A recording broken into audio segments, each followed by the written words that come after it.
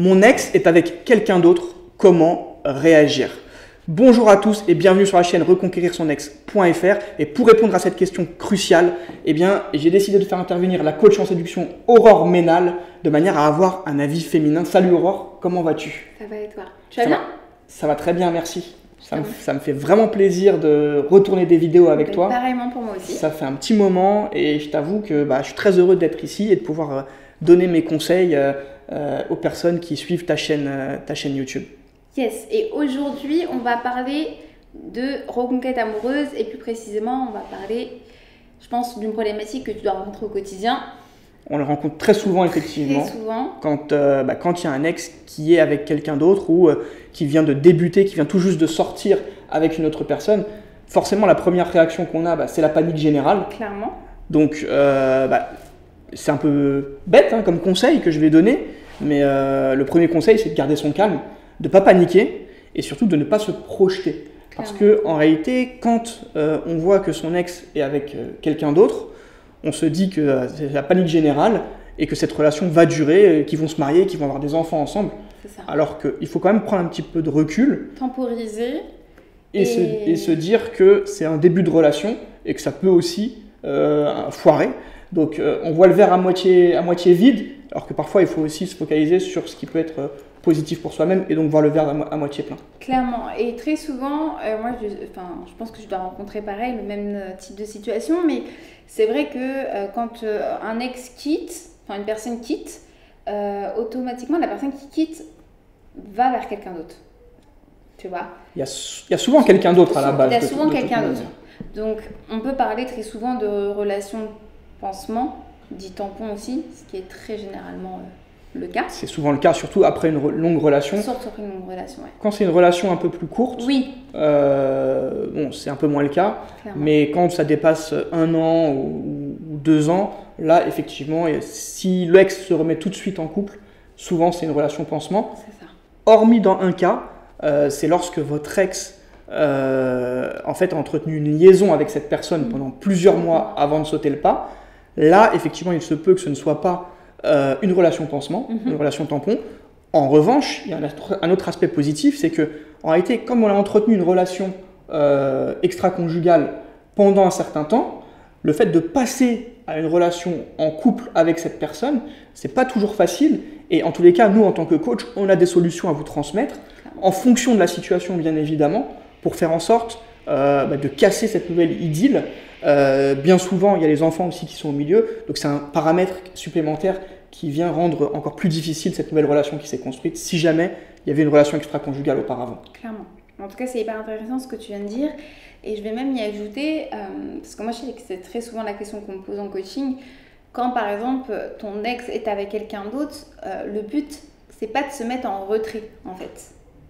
Le comportement, en tout cas l'attitude qu'il faut avoir, c'est de quand même rester en contact avec votre ex. Il faut toujours garder le contact avec une autre personne. Après, il faut garder le contact intelligemment. Il ne faut pas non plus forcer les choses. Voilà. Alors, Aurore, est-ce que tu as un conseil peut-être à donner pour avoir justement cette attitude intelligente, entre guillemets?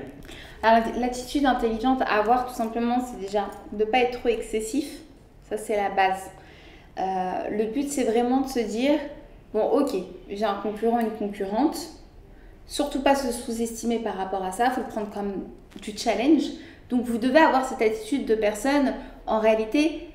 Alors, je n'irai pas jusqu'à ce point-là, mais c'est un peu de l'atmosphère qu'il faut avoir, c'est « je suis content pour toi ».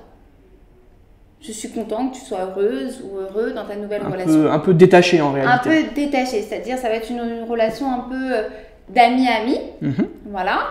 Alors, pas de confident, on est bien d'accord, mais d'ami-ami, et juste d'être heureux pour la personne. Et en fait, votre objectif, c'est vraiment de continuer à entretenir une relation un petit peu ami-ami, mais de pouvoir réembrayer avec des sorties un petit peu plus complices, de faire vivre ou le faire vivre de la nouveauté. Quel conseil toi tu pourrais donner à des personnes qui se sont quittées en mauvais termes? Parce que là c'est plutôt une position où on s'est quitté en bon terme. Oui, ou en milieu, en fait, c'est au départ, bien évidemment qu'il y a un recontact, c'est pour la démarche à suivre par la suite, L'objectif, c'est que lorsque vous arrivez à reprendre contact avec votre ex qui est avec quelqu'un d'autre, l'objectif final, bien évidemment, c'est la reconquête, mais entre-temps, voilà, il faut y aller crescendo, step by step. Il y a des étapes, à franchir. Voilà. Moi, j'ai quand même beaucoup de situations où, suite à la rupture, et surtout quand il y a quelqu'un d'autre, en réalité, ça se passe plus très bien entre les deux ex. Et du coup, soit l'ex qui s'est remis en couple bloque la personne, soit c'est très tendu et c'est des échanges qui vont être très limités. Donc si vous avez encore la chance d'avoir des échanges, il faut essayer justement d'apaiser les choses et ne pas tenir compte de cette autre personne qui rentre dans l'équation. Par contre, si c'est très tendu, que vous êtes bloqué mais pas de partout, ou que votre ex ne souhaite pas forcément vous parler, la meilleure chose à faire, c'est de temporiser un petit peu. C'est ça, de prendre des nouvelles dans un premier temps, une fois par semaine, c'est très très bien. De ne pas juste envoyer un coucou ça va, mais plus approfondir par de la nouveauté, un petit peu d'humour pour essayer de tâter un petit peu le terrain et détendre l'atmosphère. Surtout, on ne pose pas de questions beaucoup trop intimes. On ne pose pas de questions sur la nouvelle personne. Voilà, sur la nouvelle personne, mais à part si il ou elle est amené à vous en parler, là, à ce moment-là, vous êtes à l'écoute et vous êtes positif. Vous pouvez écouter, mais surtout pas poser trop de questions par rapport à l'autre personne. Exactement. Et surtout, n'abordez pas de sujets personnels. Restez dans le vague pendant les premières semaines.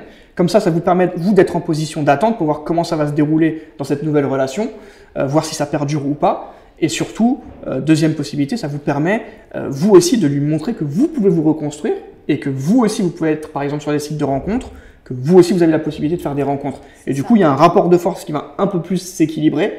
Et finalement, l'état de panique que vous pouviez avoir au début, eh bien, c'est votre ex qui risque aussi de l'avoir. Et de continuer aussi, de se servir aussi des réseaux pour pouvoir continuer à publier ce que vous faites, les nouvelles choses que vous faites. C'est ce qui va aussi lui attiser la curiosité, le provoquer aussi un manque, une jalousie, de voir la nouveauté que vous pouvez mettre en place.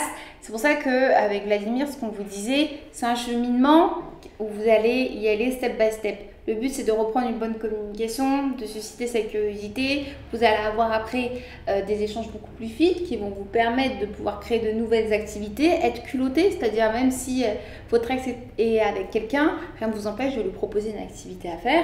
Parce que de toute manière, on est dans un objectif un petit peu, on y va à tatillon, un petit peu ami-ami. Il faut entretenir le flou artistique au niveau de vos intentions.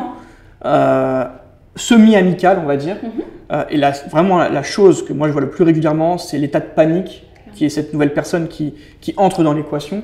Non, il ne faut pas paniquer, restez serein ou sereine, et surtout, allez-y doucement, comme l'a répété Aurore, allez-y doucement, et on voit ce qui va se dérouler, parce que ce n'est pas parce que votre ex est en couple que forcément derrière ça va durer et que ça va être véritablement solide. Clairement. En tout cas, on espère que cette vidéo vous aura plu. En tout cas, c'est toujours un plaisir.